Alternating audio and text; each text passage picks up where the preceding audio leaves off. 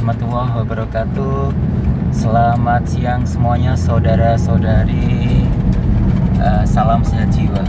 Ya, hari ini aku ada kegiatan merujuk penerima manfaat atau pasien gangguan kejiwaan yang saat ini kambuh, didampingi oleh Mas Lutfi dari Pati, ya Mas? Iya, dari Pati. Hari ini aku merujuk pasien tersebut atau penerima manfaat tersebut karena mengalami gejala relapse atau kekambuhan. Jadi pada pasien gangguan kejiwaan yang tipe depresif ini, untuk gejala-gejala yang muncul ketika mengalami relapse atau kekambuhan, yang pertama biasanya mengurung diri, dia tidak mau ngumpul sama temennya, tidak mau bersosialisasi, cenderung menyendiri. Yang kedua melamun, tidak mau berkegiatan. Yang ketiga kadang cumi-cumi, ya, kayak seperti bicara sendiri seperti itu. Karena ketika aku tanya kenapa tertawa sendiri, lihat apa, katanya melihat sosok bayangan laki-laki dan perempuan yang mengganggu dia. Kadang mengganggu tidurnya, tapi kadang mengajak bermain.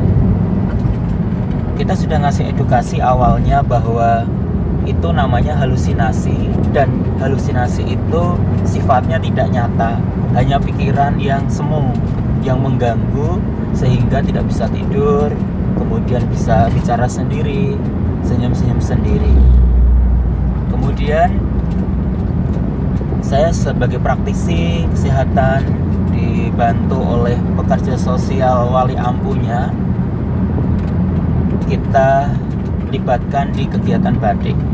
Tetapi setelah kegiatan badik, kemudian kegiatan-kegiatan yang lainnya, ternyata di pertengahan kegiatan teriak-teriak histeris. Kemudian pernah mencoba untuk pergi dari balai atau lembaga, kemudian sudah mau lewat gerbang, sehingga kita kasih edukasi lagi, tidak mempan, kita konsultasikan ke psikiater, dikasih obat namanya risperidon, itu untuk mengendalikan halusinasi, 2 mg, ditambah THP untuk penetralnya, karena efek dari anti halusinasi ini biasanya ngiler, ngeces, kaku-kaku, sehingga dikasih penetralnya oleh psikiater, yaitu Dr. Agung. Rekomendasi beliau, jika tidak ada perubahan dari terapi yang diberikan, boleh dirujuk ke Rumah Sakit Lukmono Hadi Kudus. Nah, saat ini saudara-saudari semua, karena kondisi yang bersangkutan ini tidak mengalami perbaikan dan tidak ada progres, sehingga hasil asesmen dan CC kecil dari profesi psikolog, kemudian profesi perawat, pekerja sosialnya juga merekomendasikan untuk dikonsultasikan ke psikiater kembali. Nah, setelah dikonsulkan ke Dr. Agung, psikiater dari Rumah Sakit Lukmono Hadi Kudus, dan kolaborasi juga Dr. Yarmaji di Rumah Sakit di Suwondo, bisa dirujuk ke Rumah Sakit Kudus. Nah, hari ini aku mengantar karena untuk mencegah hal-hal yang tidak diinginkan. Karena tadi malam sempat menolak minum obat. Obatnya itu diminum, tetapi disembunyikan di lidah, kemudian di kanan dan di kiri. Kemudian kita cek, kita kasih air minum lagi. Alhamdulillah, pelan-pelan dengan pendekatan yang sedikit kita motivasi, terminum obatnya, kemudian bisa istirahat.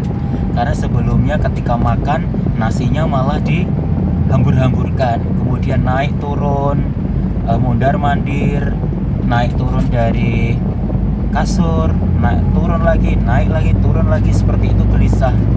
Sehingga diputuskanlah untuk rujuk. Hari ini perjalanan naik ambulan untuk rujuk di Rumah Sakit Lukmono Hadi Kudus.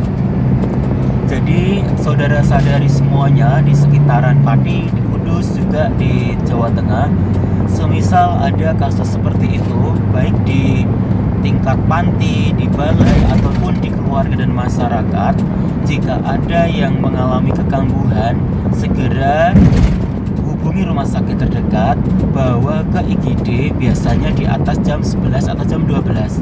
Karena kalau ke rumah sakit di pagi hari itu nanti masuknya di poli. Agar cepat penanganannya, kita rujuk ke rumah sakit terdekat. Misalnya di rumah sakit Pati itu di Swondo ada pelayanan rawat inap di Sakura untuk jiwa. Kalau di Lukmono Hadi Kudus ada di ruang Cempaka. Nah, itu biasanya di atas jam 11 siang agar masuk di IGD. Syarat-syaratnya apa? Syarat-syarat untuk masuk ke rumah sakit, yang pertama siapkan KK atau kartu keluarga di kopi, kemudian KTP. Terus bagaimana kalau tidak punya KTP? Bisa diganti surat keterangan domisili dari desa atau dari Dukcapil boleh. Terus kalau punya BPJS, dilampirkan BPJS-nya, bawa aslinya. Kemudian dibawa ke rumah sakit, kemudian didaftarkan ulang dan akan tertangani lebih baik. Nanti jika sudah dapat suntikan atau injeksi dari dokter, insya Allah akan pulih kembali. Terus berapa lama rawat inapnya? Rawat inap di rumah sakit Lukmono Hadi Kudus biasanya 2 minggu, karena terpanjang dari masa layanan di BPJS.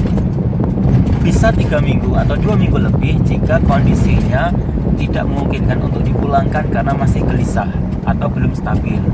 Tapi kalau di rumah sakit Pati 5 hari sampai 7 hari. Terus bagaimana perlakuan keluarga?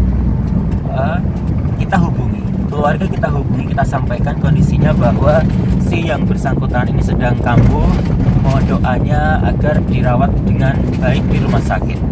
Nah, setelah sepengetahuan keluarga, kita berangkat, kemudian kita edukasi ke keluarga agar nanti pulang ke rumah itu periksa kontrol rutin dan minum obatnya juga rutin. Kemudian mengenal tanda-tanda kambuhnya juga. Terus apakah di rumah sakit boleh ditengok? Untuk masa-masa pandemi ini sepertinya aturan baru tidak boleh ditengok atau ditunggui, tetapi tergantung kebijakan dari rumah sakit itu sendiri. Nah, itu sekilas informasi bagaimana penanganan orang dengan gangguan kejiwaan atau ODGJ, dan istilah kalau di sosial itu penyandang disabilitas mental yang sedang relapse, maka segera dilakukan penanganan, yaitu rujukan. Saya ulang kembali, rujukan. Terus bagaimana kalau ada persepsi di masyarakat kalau ODGJ itu adalah sakit buatan atau sakit guna-guna atau sakit yang sifatnya itu supranatural. Kalau di ranah medis itu tidak ada. Jadi adanya ya gangguan kejiwaan yang memang butuh medis atau obat.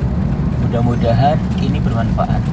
Nah, terus kalau misalnya ada pertanyaan, bolehkah dibawa ke kiai? Bolehkah dengan doa? Boleh-boleh saja, asal itu dengan cara yang baik sesuai dengan norma-norma agama tertentu, tetapi dikombinasi dengan pengobatan secara medis agar penanganannya lebih tepat. Terima kasih, dukung terus Santo Mantri ODGJ, mudah-mudahan bermanfaat untuk penanganan ODGJ yang ada di rumah. Assalamualaikum warahmatullahi wabarakatuh. Terima kasih.